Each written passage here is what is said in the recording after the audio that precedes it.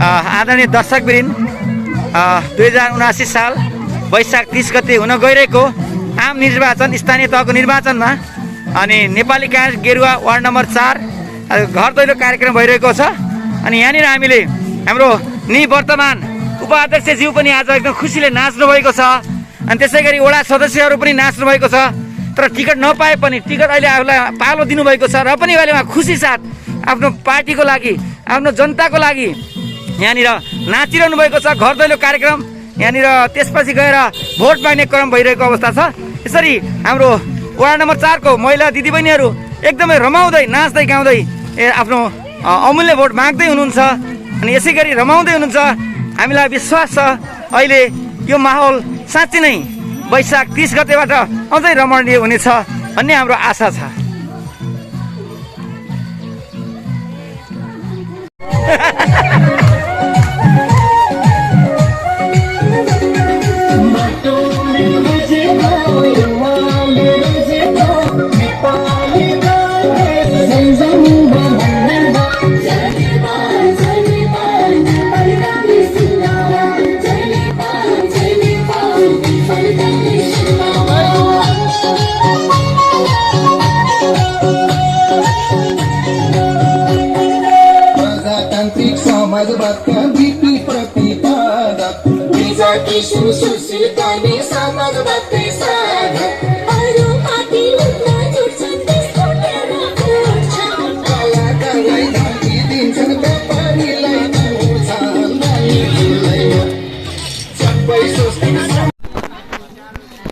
नेपाली कांग्रेस गेरुवा गाउँपालिका ward number 4 मा जुन 2069 साल वैशाख 30 गते हुन गइरहेको स्थानीय तहको निर्वाचनको लागि वार्ड नम्बर 4 का वडा अध्यक्षको उम्मेदवार हाम्रो महेन्द्र प्रसाद चौधरीज्यू आफ्नो अनि आफ्नो टिमको लागि भोट माग्दै हुनुहुन्छ। हामीले यहाँ देखिरहेका छौँ। अनि हाम्रो स्थानीय वासीहरूलाई अनि यो भन्दा अलि ठुलो हैन कलर यही हुन्छ। यो कांग्रेसको पक्नु यो नमुना मतपत्र लेखेको हुँदैन, बुझ्नुभयो त? ठुलो हो यो भन्दा ठुलो हो। यो चाहिँ यो कोठा चाहिँ ठुलो हुन्छ। हामी रुख चिन्ह लिएर तपाईँ समक्ष आएका छौँ है। यो 1 नम्बरमा जमान सिंह गाउँपालिका अध्यक्ष, 2 नम्बरमा लक्ष्मी चौधरी सङ्कटेकी हुने उपाध्यक्ष, 3 नम्बरमा वडा अध्यक्ष म महेन्द्र प्रसाद चौधरी, 2 मा महिला सदस्य मीना रेग्मी, बुझ्नुभयो त? यो दलित महिला सदस्य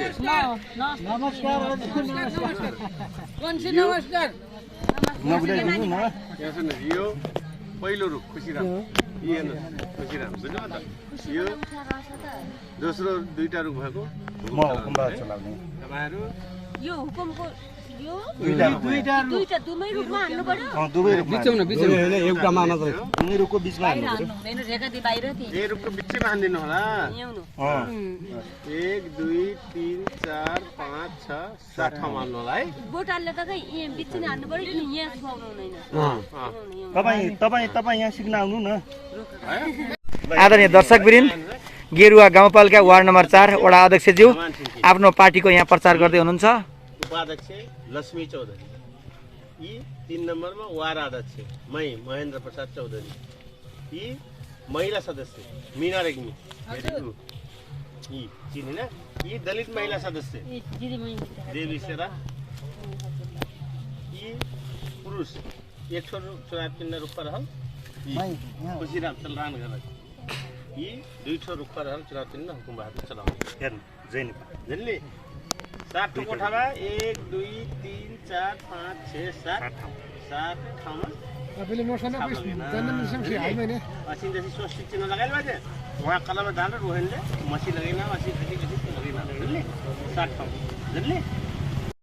आदरणीय दर्शकवृन्द, 2079 साल वैशाख 30 गते हुन गइरहेको स्थानीय तहको निर्वाचनमा गेरुवा गाउँपालिका वार्ड नम्बर 4 का हाम्रो वडा सभापति उम्मेदवार हाम्रो अध्यक्षको उम्मेदवार हाम्रो महेन्द्र प्रसाद चौधरी लगायतको टिम सँगसँगै निवर्तमान उपाध्यक्षज्यू र सबै हाम्रो वार्ड नम्बर 4 का नेपाली कांग्रेसका सम्पूर्ण जनताहरू यसरी आज घर घर दैलो दैलो आफूलाई जिताउँ घर घर जाउँ नेपाली काङ्ग्रेसले जिताऊ भन्ने नारा मूल नाराका साथ आफ्नो पार्टीको र आफ्नो उम्मेदवारीको प्रचार गर्न यहाँ गइरहनु भएको छ। हामी यो माहौल देख्दैछौँ, हामीलाई लागिरहेको छ हामी विजय भइसकेका छौँ र यो कुरा हामी सबैले बुझ्नुपर्ने छ।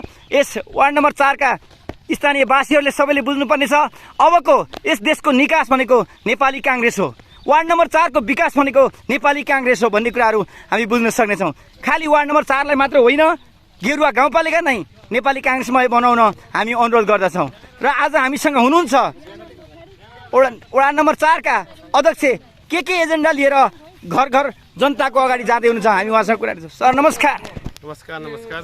हजुर जुन अहिले प्रचार गर्न गइरहनु भएको छ वडा अध्यक्षको हैसियतले तपाईँले कुन कुन एजेन्डा लिएर आज जनताहरूको घर घर जाँदै हुनुहुन्छ?